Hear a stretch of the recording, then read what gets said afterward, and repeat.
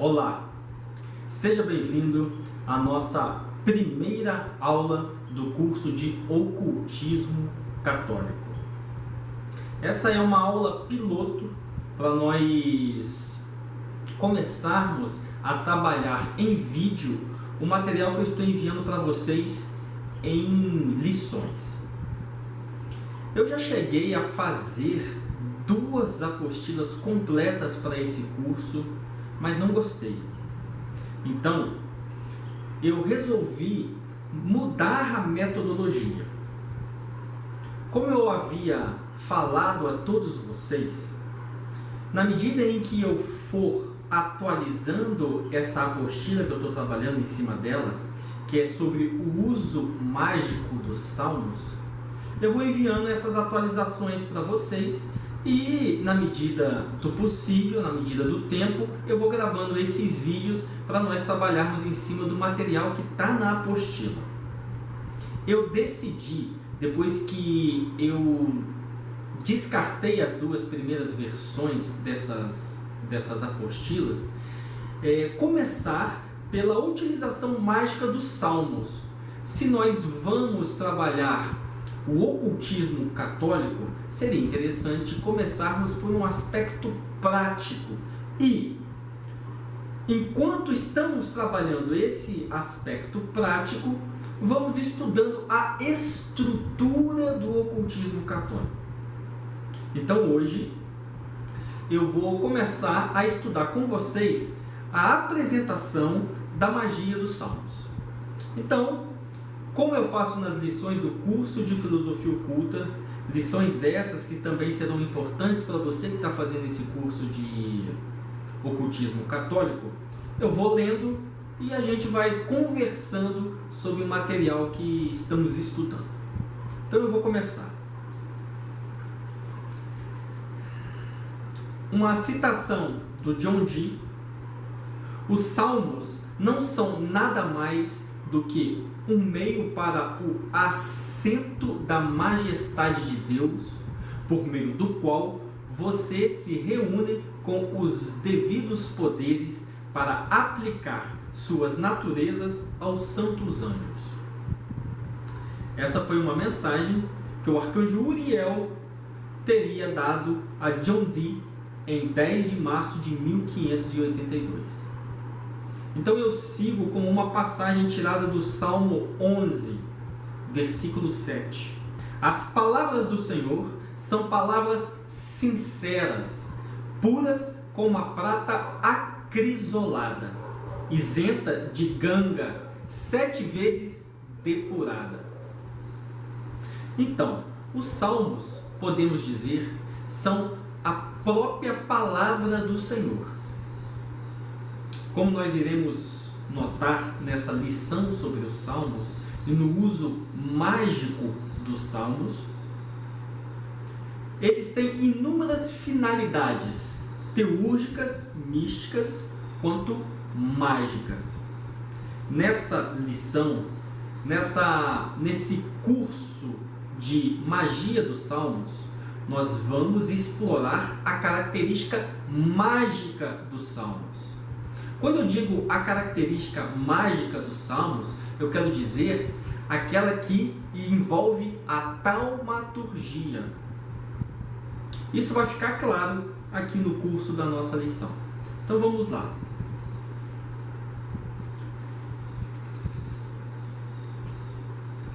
O trabalho que agora vos entrego, meus alunos do curso de Ocultismo Católico, é o uso prático e mágico dos salmos do rei Davi, como distribuídos em um grimório do século XVII para a utilização de amuletos, encantamentos, orações e feitiços, chamado o Livro de Ouro.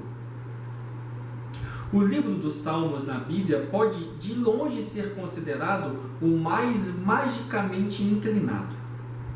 Os salmos têm sido utilizados desde a antiguidade em amuletos para os mais variados fins, sejam apotropaicos, cura, coerção de espíritos, etc.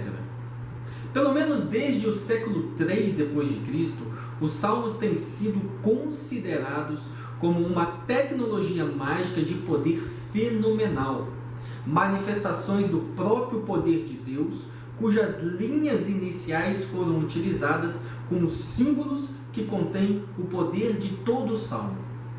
Então, nesse uso da magia dos salmos, nós vamos utilizar magicamente a primeira linha do salmo, dos inúmeros salmos que existem. Aqui nós vamos explorar os 150. A primeira linha desse salmo, inscritas em caracteres mágicos, em amuletos, para diversos fins.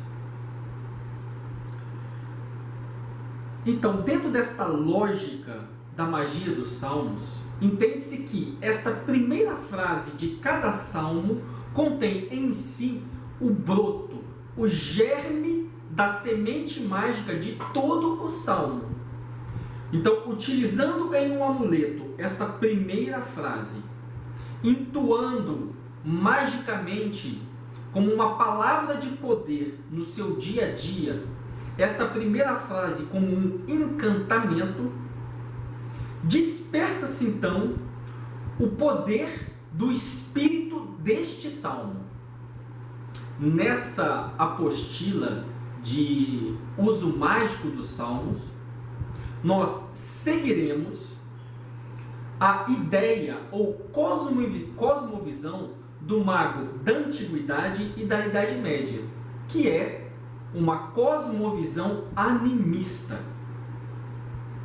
Dentro dessa cosmovisão animista, como nós vamos ver aqui, cada salmo possui um espírito. Portanto, a utilização do salmo, a utilização da primeira frase do salmo em um amuleto depende da relação que o mago estabelece com o espírito do salmo.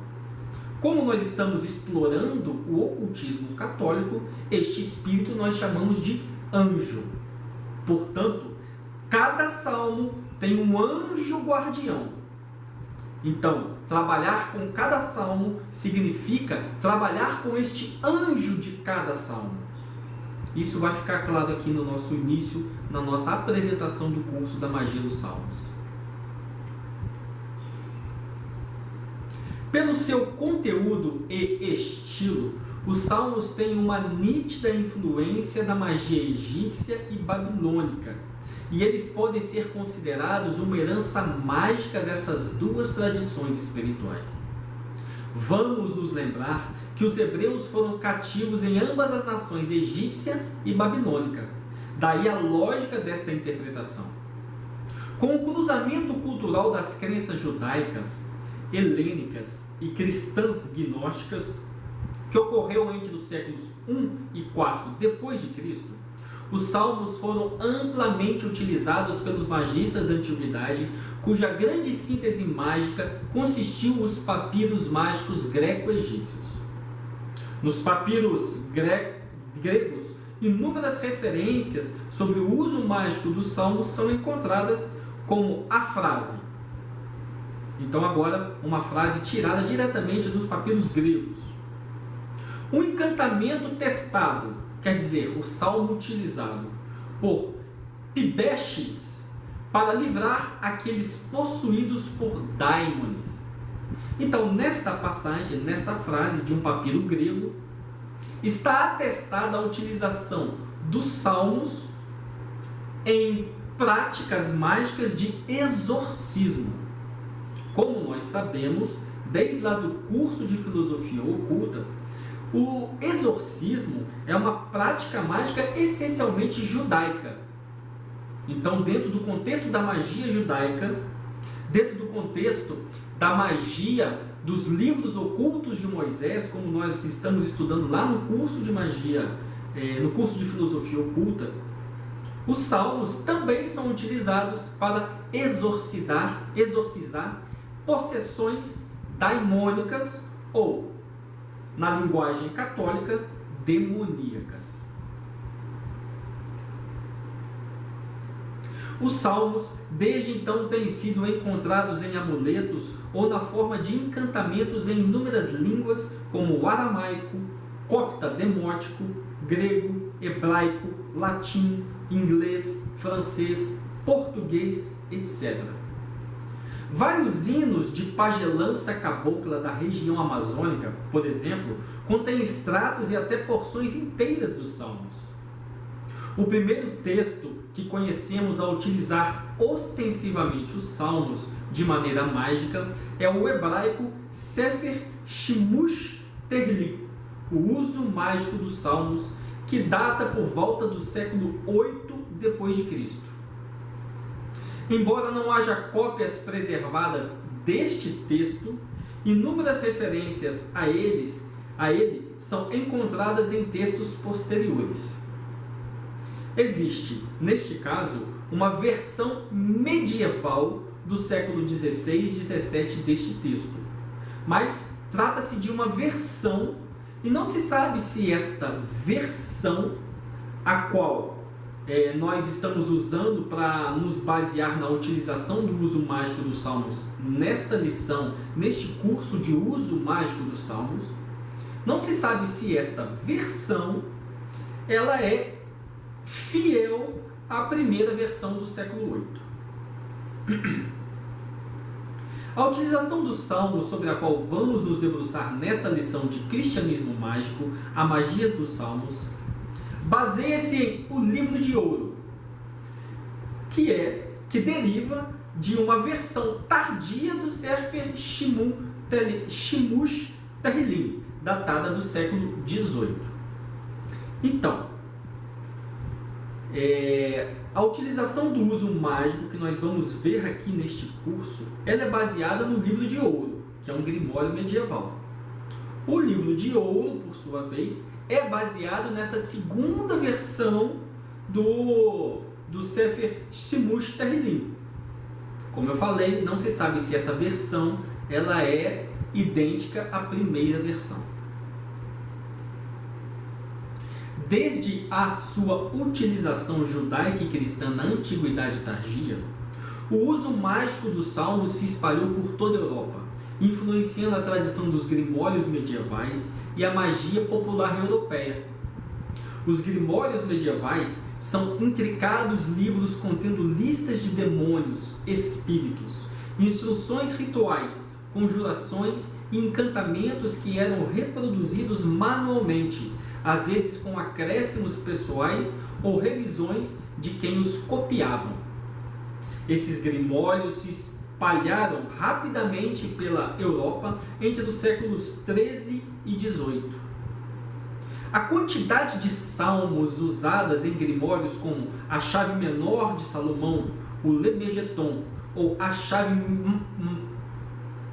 maior de Salomão e o livro da magia sagrada de Abramelin, o mago, demonstra não só o poder dos salmos na magia, mas sua ampla utilização por parte dos magos da Antiguidade e Idade Média. O livro de ouro ainda traz uma profunda influência de grimórios como o Heptameron, o Stenografia e o Liber Juratus. Os salmos têm sido usados para a cura e proteção contra maldições, magia negra e espíritos malignos, tanto pela tradição da igreja quanto pela magia popular. Primeiro na Europa e hoje em várias partes do mundo, incluindo no Brasil. Como no caso da pagelança cabocla das comunidades ribeirinhas da bacia amazônica e religiões populares como a Barquinha, a Jurema e o Santo Daime. Do mesmo modo, os salmos têm sido usados ostensivamente como oráculos. Esse tipo de uso é datado desde o século XI na Europa e se espalhou por todos os continentes católicos. Escolhe-se em sorteio um dos salmos e utiliza-se ele em orações, cantos, inscritos em amuletos ou escrito dobrado em um papel ou pergaminho dentro de patuás. Na comunidade do Santo Daime, conhecida como Céu do Mapiá na Amazônia, um dos salmos é sorteado e lido todos os dias no ritual da oração, que ocorre às 18h30. Há um pequeno livro contendo salmos que é usado por católicos todos os dias. Escolhe-se aleatoriamente um dos salmos para ser lido durante o dia ou nas orações da manhã. Ainda, eu não coloquei isso aqui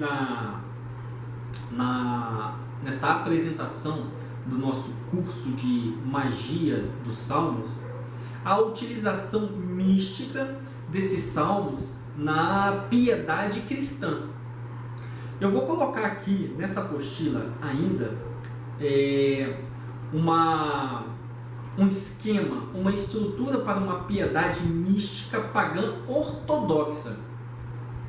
A Igreja Ortodoxa, ela ensina uma piedade diária, pela manhã e pela noite, utilizando os salmos. Eu vou pegar essa piedade mística da Igreja Ortodoxa e vou inserir aqui na nossa apostila para que, como você verá, você precisa, para que esta magia do salmo seja efetiva dentro do ocultismo católico, você precisa seguir uma piedade mística e ascética cristã. Isso é necessário. Esta disciplina espiritual é necessária.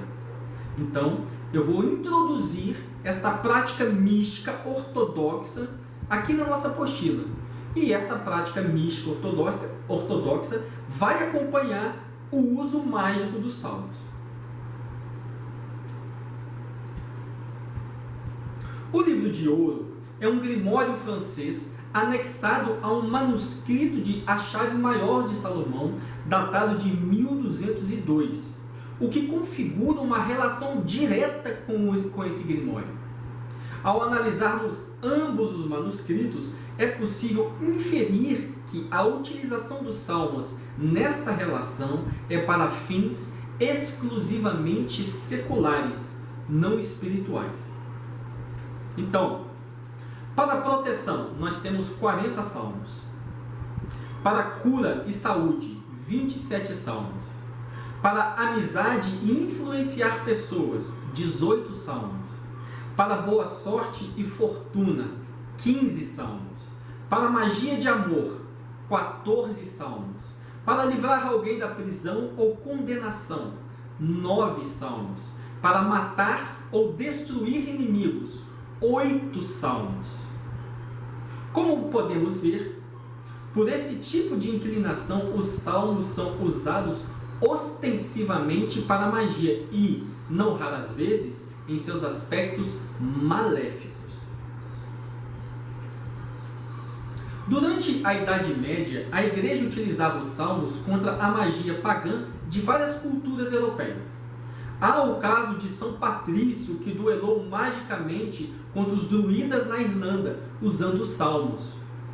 Inúmeras conjurações nos grimórios medievais contêm versos dos salmos.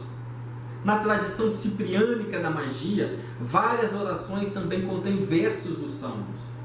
Abramelin recomenda que todos os salmos devem ser lidos pelo menos 2 vezes por semana. Dessa maneira, é inegável que a tradição da magia tem se valido do poder dos salmos para empoderar seus ritos, encantamentos e conjurações. Como veremos nessa lição de cristianismo mágico, os salmos podem ser escritos em papel, pergaminho fino, papiros, placas de vidro, amuletos de metal, barro ou feitos de pedras. Para consagrações, são usados vários elementos como água, óleo de oliva ou olíbano, mastique, que é resina de aroeira, ou aloés. Mas algumas consagrações pedem sangue de sacrifício animal, o que denota uma estreita conexão com os grimórios. Os animais para sacrifício são morcegos, sapos, pombas brancas, galos pretos e bodes. Em outros casos, sangue menstrual é requerido. Os símbolos usados nos amuletos dos salmos são caracteres de alfabetos mágicos diversos, alquímicos e herméticos. Neste caminho, ficará claro que o uso dos salmos, como vamos explorar, é mágico e tem finalidade material tangível. O que se quer é mudar a estrutura da realidade através de seu uso. Então, antes de nós entrarmos na segunda parte desta lição, que é uma avaliação de cada um dos salmos e o uso mágico de cada um dos salmos, a primeira parte da lição vai constituir em uma introdução sobre as inúmeras correspondências mágicas que nós precisamos utilizar, que nós vamos utilizar na magia dos salmos. Então, por exemplo, inúmeros amuletos são inscritos com caracteres mágicos, herméticos e alquímicos. Então, na primeira parte dessa lição, eu vou colocar estes alfabetos mágicos para que vocês possam estar familiarizados com a utilização deles. E isso vai ficar mais fácil até para fins de gematria, a fins de trabalho mágico com os números utilizados em cada um dos amuletos. Um ritual para uso geral será delineado a seguir, tendo como base o Heptameron e a chave maior de Salomão. Estes dois grimórios são, portanto, essenciais ao nosso estudo, bem como a magia de Arbatel. Para uma eficiência completa deste estudo prático, considera-se que o magista deva ter também familiaridade com a magia menor de Salomão, Goécia, o livro da magia sagrada de Abramelin, o mago e o estenografia. Como vai ficar claro aqui no estudo da nossa lição, no estudo da nossa apostila, a Goécia não tem lugar dentro da prática de ocultismo católico. Dentro de ocultismo católico, nós trabalhamos, nós operamos apenas com hierarquias superiores de luz e não espíritos menores. Isso nós vamos falar com bastante cuidado e bastante detalhes nos textos que introduzem essa apostila. Como ficará claro nessas instruções para o curso de ocultismo católico, os rituais delineados, as instruções indicadas para o uso de equipamentos cerimoniais, as consagrações diversas de amuletos, talismãs e pantáculos seguem uma estrutura salomônica de magia. Isso implica certo conhecimento acerca da magia salomônica e alguma intimidade com os grimórios acima citados. O método salomônico, como vimos no curso de filosofia oculta, é uma fórmula geral para a magia salomônica evocatória apresentada por Cornélio Agripa no quarto livro de filosofia oculta. Essa fórmula será de muita utilidade aqui. A magia tradicional salomônica é animista. Isso significa que cada objeto utilizado na prática da magia possui um espírito que deve ser conjurado e obrigado a fazer um laço, contrato ou compromisso com o operador através de conjuros, imprecações e, fundamentalmente, juramentos. Nessa instrução, vamos nos debruçar então sobre esse aspecto da magia dos salmos do rei Davi. Cada um dos 150 salmos possui um espírito. O magista precisa, portanto, conjurar essas entidades e construir para elas um receptáculo de poder, que tanto será um assentamento magicamente preparado e um amuleto teurgicamente consagrado que servirá de lanterna mágica para a influência espiritual do espírito de cada salmo. Ou seja, para cada um desses salmos, para cada um dos espíritos, dos anjos destes salmos, serão pequenos assentamentos mágicos e, a partir do assentamento mágico, amuletos. Estes amuletos, então, servirão como lanterna mágica para a ação do espírito de cada um dos salmos na nossa alma. Para fazer fazer este trabalho espiritual é necessário, dessa maneira, a utilização de equipamento mágico, pantáculos salomônicos para a construção de assentamentos para os espíritos dos salmos e outros equipamentos. Como se trata de uma prática de magia orientada a católicos praticantes, será necessário crucifixo, a Bíblia, cálice, patena, pão ou hóstia e vinho para comunhões do corpo e sangue de Cristo. Tudo arranjado em um templo ou santuário de poder com um círculo mágico no chão. A toda esta tecnologia mágica é requerido uma piedade cristã mística diária, tanto matutina quanto noturna. Abaixo também será delineado um plano geral para essa piedade cristã. No entanto, seria interessante que o magista estivesse bem familiarizado com a obra de Agripa, os 3 livros de filosofia oculta, como obras católicas essenciais. Compêndio de Teologia Ascética e Mística, do padre Adolf Thackeray, O Grande Meio da Oração, do Santo Afonso de Ligório, Tratado da Verdadeira Devoção à Santíssima Virgem, do Santo Luís Maria Grigon de Montfort. Além disso, algum conhecimento teológico e prático, o que constitui a essência do ocultismo católico. Esse conhecimento teológico e prático, então, trata-se do seu conhecimento sobre o cristianismo, o conhecimento do que é a graça, o conhecimento de quem é Jesus Cristo, o conhecimento de quem é o Espírito Santo, quem é Deus, tudo dentro da magia, da tradição católica. Diversas vezes eu digo que o exercício da magia tradicional salomônica seria muito mais eficiente se o operador for um sacerdote consagrado da igreja. A magia salomônica, vamos nos lembrar, durante a Idade Média pode ser considerada magia para letrados, pois os grimórios eram livros de feitiçaria em latim. Esses grimórios foram introduzidos na Europa a partir dos séculos XI e XII de fontes derivadas da tradição bizantina. Quando Maomé II, o Conquistador, atacou Constantinopla por volta de 1422, iniciou-se uma grande migração ou transferência de cultura mágica da Grécia para a Itália.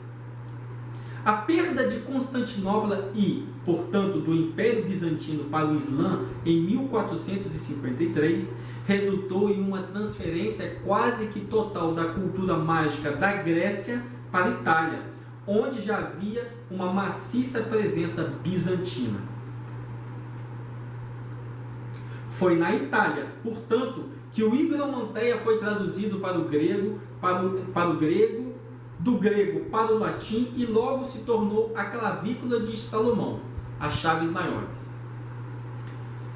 Uma vez traduzidos para o latim, os grimórios gregos logo se espalharam para o norte da Itália e para o resto da Europa, França, Alemanha e Inglaterra.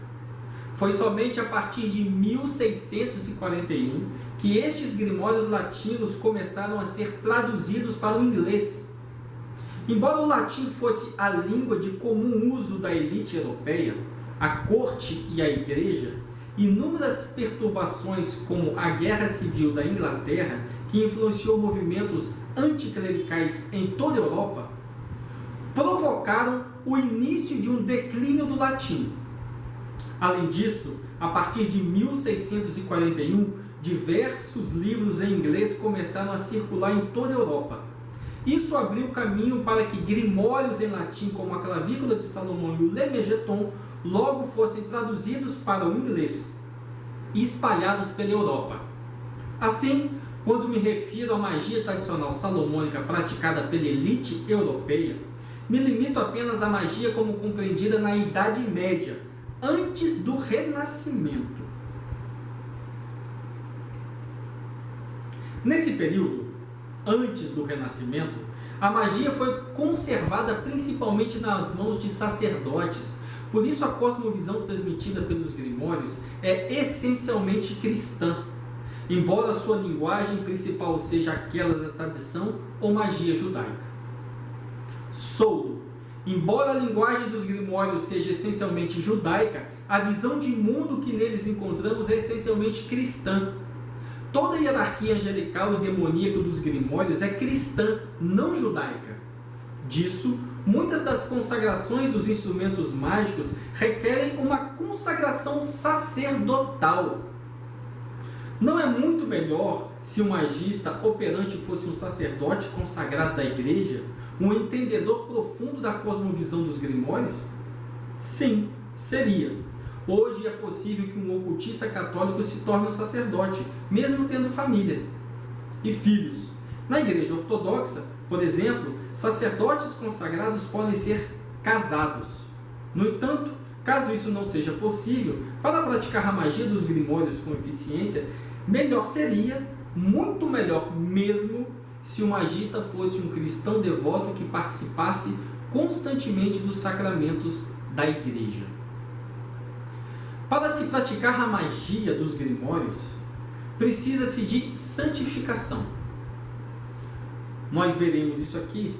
O principal concorrente dos sacerdotes católicos na Idade Média era um mago, praticante da magia dos grimórios, que tinha que ter uma vida tão santa quanto a vida dos santos.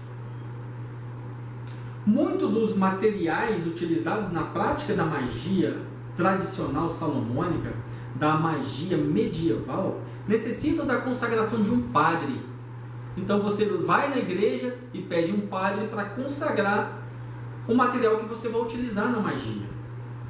Não seria muito melhor que um mago praticante fosse ele mesmo um sacerdote? Fosse ele um profundo conhecedor do Evangelho, um profundo conhecedor das leis da igreja, um profundo conhecedor das leis de Deus, um profundo conhecedor da cosmovisão cristã? Sim, seria. É possível que um pai de família, é possível que um chefe de família se torne um sacerdote ortodoxo. Caso você tenha interesse, penso eu, e essa é só a minha opinião, que seria interessante que você começasse a seguir uma carreira eclesiástica dentro da tradição ortodoxa, dentro da igreja ortodoxa.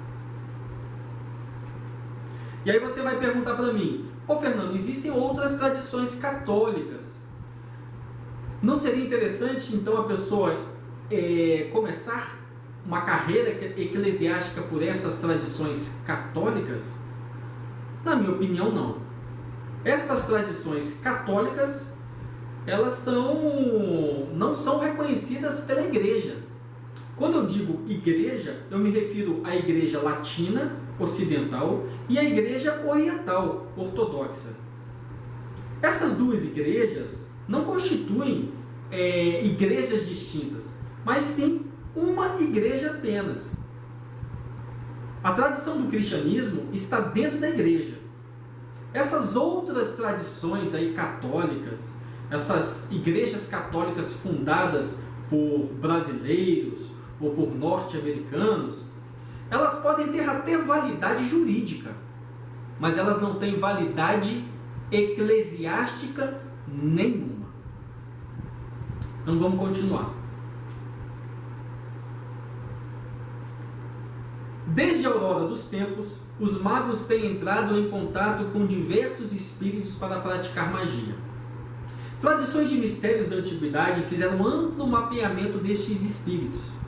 A igreja propôs uma reinterpretação nessa hierarquia de espíritos, dividindo o mundo espiritual em duas categorias apenas: anjos e demônios. Trata-se de uma realidade o fato de termos de aceitar isso para operar com os grimórios com eficiência. É com a chave correta que se abre uma porta. A porta mágica da magia tradicional salomônica só se abre com a chave da cosmovisão cristã da Idade Média. Por isso, autores que operam com essa tradição, como Lisievski, dizem que, para se operar com magia old school, é necessário assumir a visão de mundo dos magos old school. Eu costumo dizer que contra fatos não há argumentos. Toda tentativa de burlar esta realidade trata-se de uma adaptação da magia salomônica e não pode, de fato, dizer-se magia tradicional salomônica. Portanto, meus irmãos, para se praticar uma magia tradicional salomônica, é mais eficiente assumir a visão de mundo cristã, a visão de mundo católica.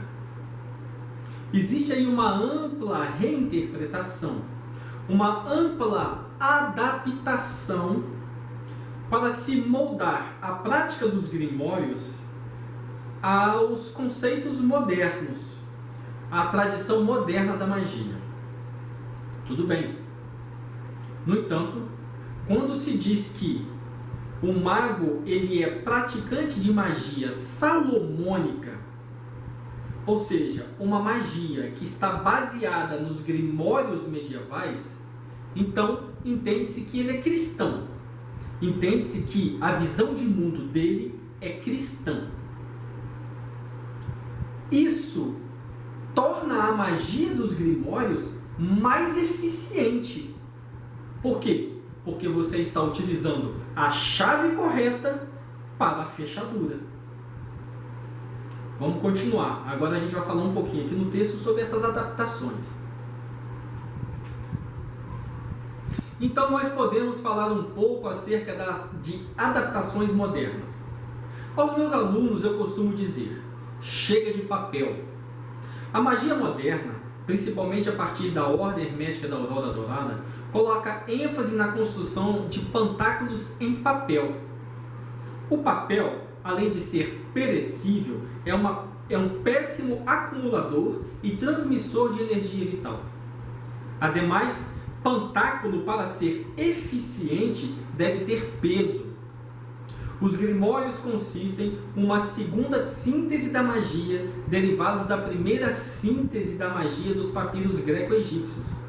Os pantáculos que aparecem em alguns manuscritos da Clavícula de Salomão não são encontrados nos papiros da Antiguidade ou mesmo no Higromanteia. Higromanteia, meus irmãos, é a versão grega anterior à Clavícula de Salomão. A Clavícula de Salomão só se tornou clavícula quando ela saiu do original manuscrito grego e passou para o latim.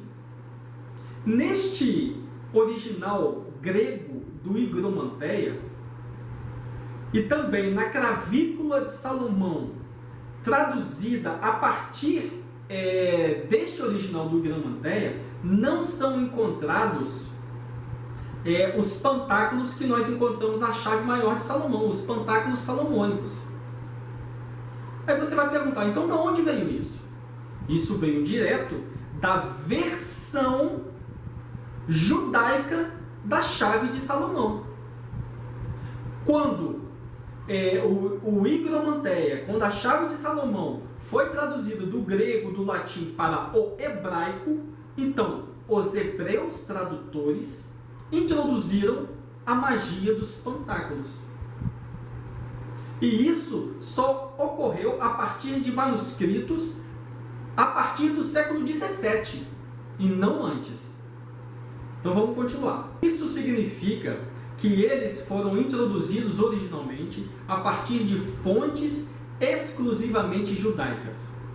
Eles aparecem efetivamente em um manuscrito chamado Sefer HaOtot, o livro dos selos.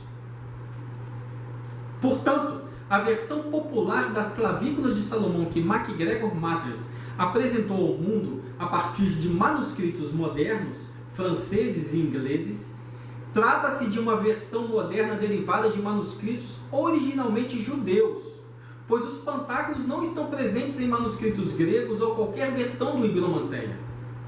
Foi somente quando os grimórios gregos foram traduzidos para o hebraico que a tecnologia dos pantáculos foi introduzida na magia tradicional salomônica. Isso coloca um ponto final na questão. O método salomônico de magia evocatória é baseado em magia hebraica ou grega. Não há nenhuma evidência de que o método salomônico de magia que utiliza a tecnologia do círculo mágico e o uso de armas mágicas consagradas tenha aparecido em qualquer manuscrito judeu antes de 1017. Antes de 1700. Podemos dizer com certeza absoluta que a magia tradicional salomônica vem da magia grega e não da magia judaica. Então, meus irmãos, existe aí um grande equívoco de que a magia que está nos grimórios salomônicos, ela é uma magia judaica.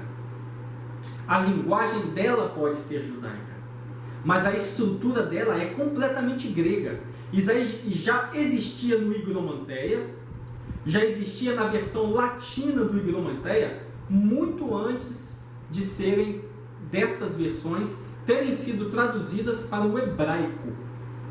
Então, a magia salomônica, embora se utilize da imagem do rei Salomão, não é judaica, mas sim grega. Seja como for, a utilização da tecnologia dos pantáculos que encontramos nos grimórios é produzida em pedras, metal, pergaminho ou papiro.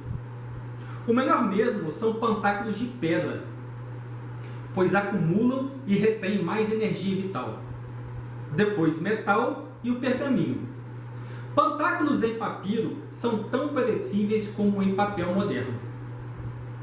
Quando o magista não possui uma base mágica efetiva para o pantáculo ou amuleto, sua eficiência é totalmente psiúrgica e o operador terá de contar apenas com a influência noética do símbolo no pantáculo ou amuleto e o poder de sua mente.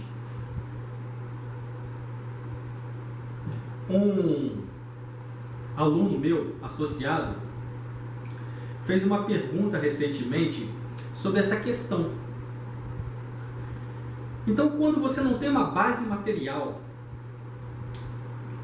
mágica, ou seja, quando o pantáculo não é de pedra, que acumula energia e doa energia, de metal, e sim de papel, então o seu maior poder, a sua maior eficiência depende do poder da mente do magista e do símbolo.